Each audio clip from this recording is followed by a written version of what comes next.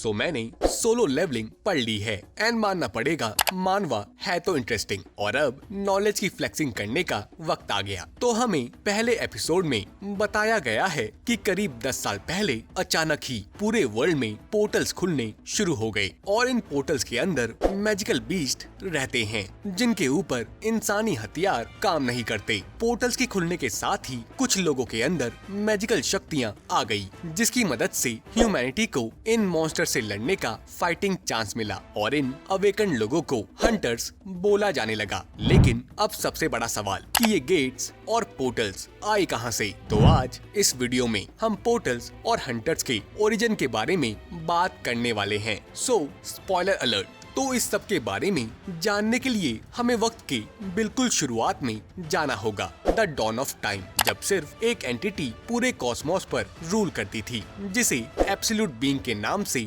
जाना गया। Wait a minute. Who are you? Here's Johnny. अब एब्सोल्यूट बीइंग अकेले रह रहकर बोर हो गया और अपनी बोरियत को मिटाने के लिए एब्सोल्यूट बीइंग ने रोशनी से 8 मैसेंजर ऑफ गॉड्स और अंधेरे से 8 मोनार्क्स को बनाया। साथ ही पूरे यूनिवर्स का निर्माण किया क्योंकि पहले सिर्फ लाइट और डार्कनेस एग्जिस्ट करती थी। मोनार्क्स दुनिया को डिस्ट्रॉय करने के लिए बने थे, वहीं मैसेंजर ऑफ गॉड्स दुनिया को बचाने के लिए, जिसकी वजह से एक महायुद्ध शुरू होता है जो इयॉन्स तक चलता है।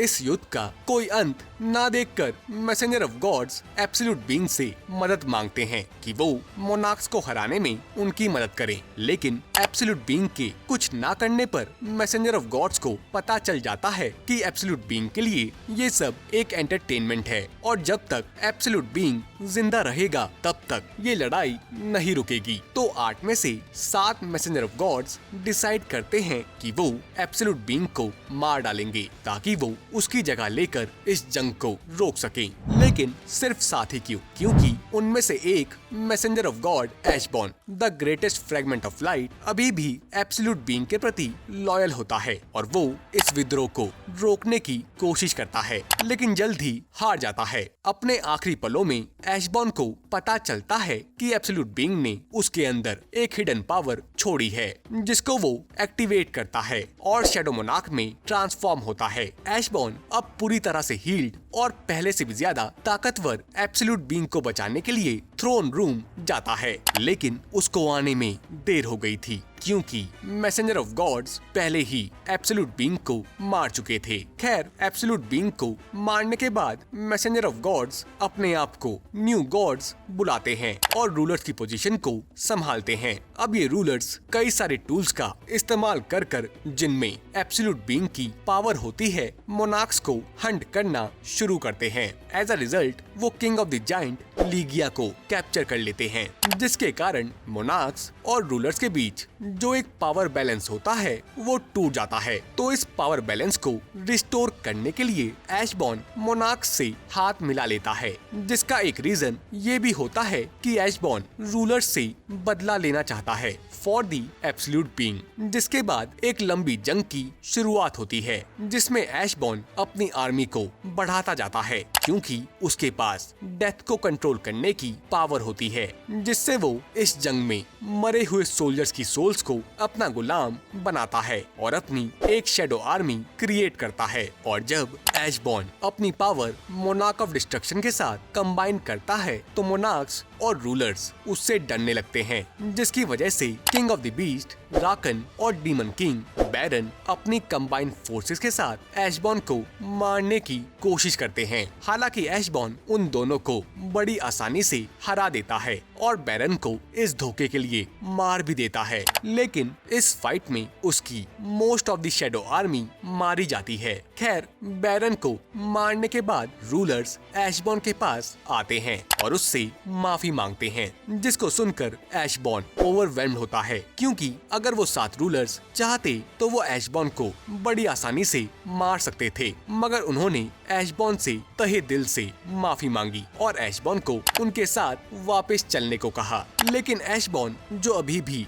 एब्सोल्यूट बीइंग की मौत से अपसेट था, रूलर्स को कोई आंसर नहीं देता और हाइडिंग में जाने का फैसला करता है ताकि वो अपनी शैडो आर्मी को दोबारा बना सके और राकन से बदला ले सके, जो उस समय बैरन को छोड़कर भाग गया था। लेकिन एशबॉर्न के हाइडिंग में जाने से एक बार फिर पावर का बैलेंस बिगड़ जाता है और रूलर्स मोनार्क्स को ऑलमोस्ट हरा देते हैं, जिसके बाद एशबॉर्न वापस मोनार्क्स के पास लौट आता है, जो उस वक्त डायमेंशन के बीच एक क्रैक की हेल्प से दूसरे वर्ल्ड जा रहे थे ताकि वो अपनी स्ट्रेंथ को रीगेन कर सके। मोनार्क ऑफ डिस्ट्रक्शन एंटरस एशबॉर्न का स्वागत करता है, लेकिन मोनार्क्स के बीच फाइट की अनुमति नहीं देता क्योंकि पहले से ही वो 2 मोनार्क्स को खो चुके हैं और अभी उनकी मेन प्रायोरिटी अपनी स्ट्रेंथ को रीगेन करना है। खैर, न्यू वर्ल्ड में मोनार्क्स अपनी स्ट्रेंथ को रीगेन करने के बाद अर्थ को डिस्ट्रॉय करने का फैसला करते हैं, जिसके जवाब में रूलर्स अर्थ को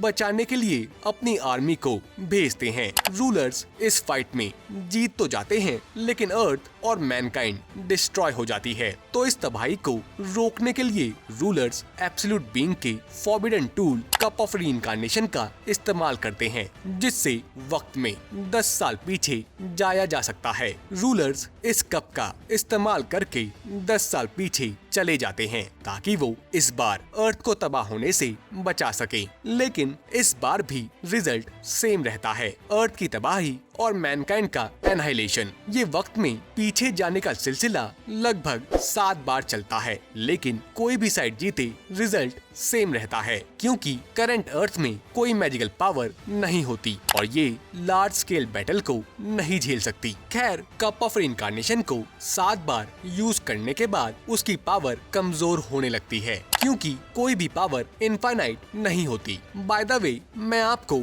बताना भूल गया कि कप ऑफ रीइंकार्नेशन को यूज कर टाइम रीसेट हो जाता है और ह्यूमंस की मेमोरी भी रीसेट हो जाती है, लेकिन हायर बीइंग परसीव कर सकते हैं कि वक्त के साथ छेड़छाड़ हुई है, जिसका मतलब मोनार्क्स को उनके साथ 7 बार हुई बैटल्स के बारे में सब कुछ याद है और मोनार्क्स हर बार अपनी स्ट्रेटेजी को इवॉल्व करते हैं। खैर, रूलर्स एक final bar cup of reincarnation का इस्तेमाल करते हैं और 10 साल पीछे जाते हैं और ये टाइम होता है हमारी मेन स्टोरी से 10 साल पहले का। इस बार रूलर्स एक ड्रास्टिक डिसीजन लेते हैं कि वो अर्थ में हर किसी को नहीं बचा सकते, लेकिन कुछ को बचा सकते हैं जो ह्यूमैनिटी को कंटिन्यू रखेंगे। तो रूलर्स अर्थ में पोर्टल्स को खोलना शुरू करते हैं और मैनकाइंड को मैजिकल बीस्ट के एग्जिस्टेंस से परिचित कराते हैं ताकि कुछ सालों में ह्यूमंस माना से सैचुरेटेड हो जाएं ताकि वो आने वाली वॉर को झेल सके और इस तरह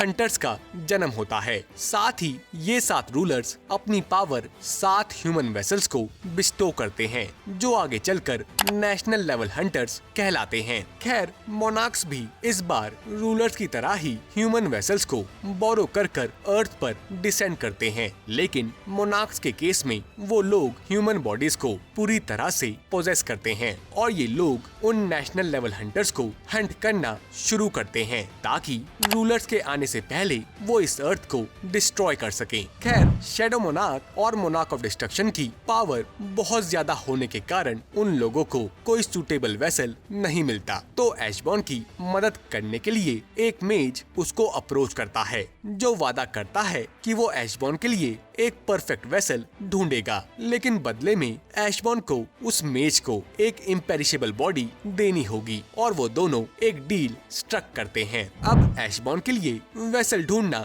मुश्किल तो होगा क्योंकि एशबॉर्न खुद डेथ है, तो उसे एक ऐसा वेसल चाहिए जिसने डेथ को कई बार करीब से देखा हो। तो कौन बनेगा एशबॉर्न का वेसल? अगर आपको इसका जवाब पता है तो कमेंट कीजिए और इसी के साथ आज की वीडियो समाप्त होती है।